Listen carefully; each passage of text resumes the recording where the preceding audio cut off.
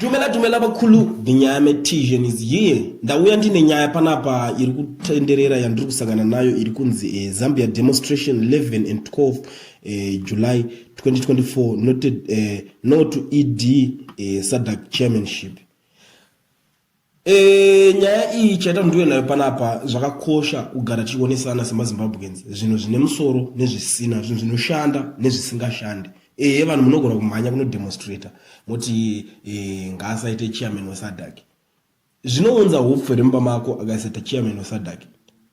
Hazvina zvazvinobatsira nditi. But kana muri kuti muri kudemonstrate zvine musoro, muchitaura kuti isusu let's revisit zvakaitika pa 23 August. Inenge iri demonstration inomake sense. Than kuti mungoti tiri kumhanya kuti asaite chair weSADC.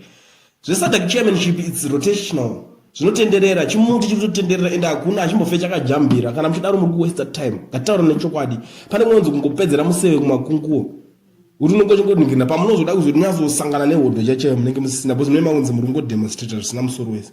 I know kuti pressure iyi inenge ichibva kuvanhu vekuzambia ako ana Kalimbwe and stuff, those guys vanonga vachipa pressure kuvanhu because inyaya kuti pamwe kakuziva kawo karuzivo kawo kanenge kari kashoma vanenge vada kupa pressure because kana ivo vachida kudemonstrate ngavademonstrate kuzambia kwavo ikoko tinenge tisina problem nazvo but not kuda kuzoinfluenza maZimbabweans kuti vademonstrate zvinhu zvisingamake sense because wana kuzambia kwavo vanogona vasingarohwe vakademonstrate uko vanotodemonstrata zvakanaka pasina vakanganisa but muno muZimbabwe munhu akanzi ademonstrata vanhu vangani vakafa imimi nenyaya yezvemademonstrations. 2019 makanyatsoona zvakaitika imimi, 2018 makaona zvakaitika imimi, 2020 makore ese maiona zvinhu zvaitoitika.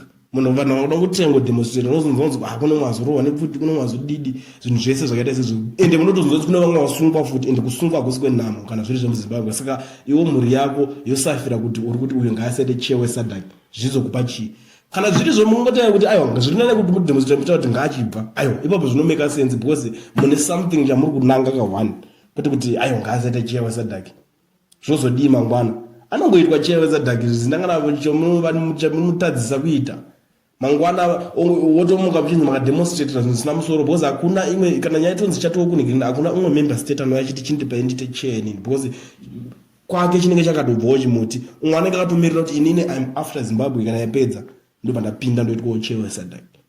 Ndo zvinhu zvine zviripo but ameno imimi zvinenge zvakakwamburi kana mangofunga kungojoinawo tumagarages tumwe twavanhu tusina sense muri kuona kujoina zvenyu but inini zvangu ndakatarisa nyaya iyi ndiri kuona kunge zvimwe zvacho zvisingamake sense. Ngatishandisei pfungwa pazvinhu zvedu even kuti zvinhu zvese zviende kumberi panoda kushandisa common sense monyatsoona kuti zvinhu zvatiri kuita izvi zvine musoro here kana kuti hazvina because hazvibatsire chinhu monzi manga muchimhanya muchidemonstrate masiti mangwana muchazoda kuita imwe demonstration inomake sense mangonzi hapana vanongodemonstrate zvinhu zvisina dhiri because ndiani achakunzwai pamwe vanhu vanofunga kuti pamwe SADC yachinenge nemumwe mukuru kwavari vese mamember state vakangofanana vakaenzana hakuna anonzi mukuru ndosokachona vachichinjana uchairman iwo wambobvawo Angola this time Zimbabwe next yobva enda kuTanzania ichibva kuTanzania ichienda yakadaro ichitotenderedza vachitochinjana kuti iwo chimboitawo mukuru iwo chimboitawo mukuru iwo chimboitawo mukuru iwo chimboitawo mukuru vachienda vakadaro noti zvokunzi modemonstrate kuti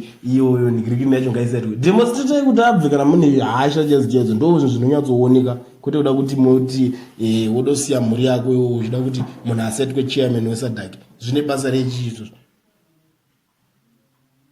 Anyway muri Zimbabwe inini pangu ndatosakura ndazunza ndamboyo nerudo rekuzivisana nevamwe vangu ameno kana vune vanenge vane idea kana kuti vanofunga kuti pane zvinhu zvinobatsira ngoma ndiyo ndino munhu azvizamuze mazidhara yawo anobvarurwa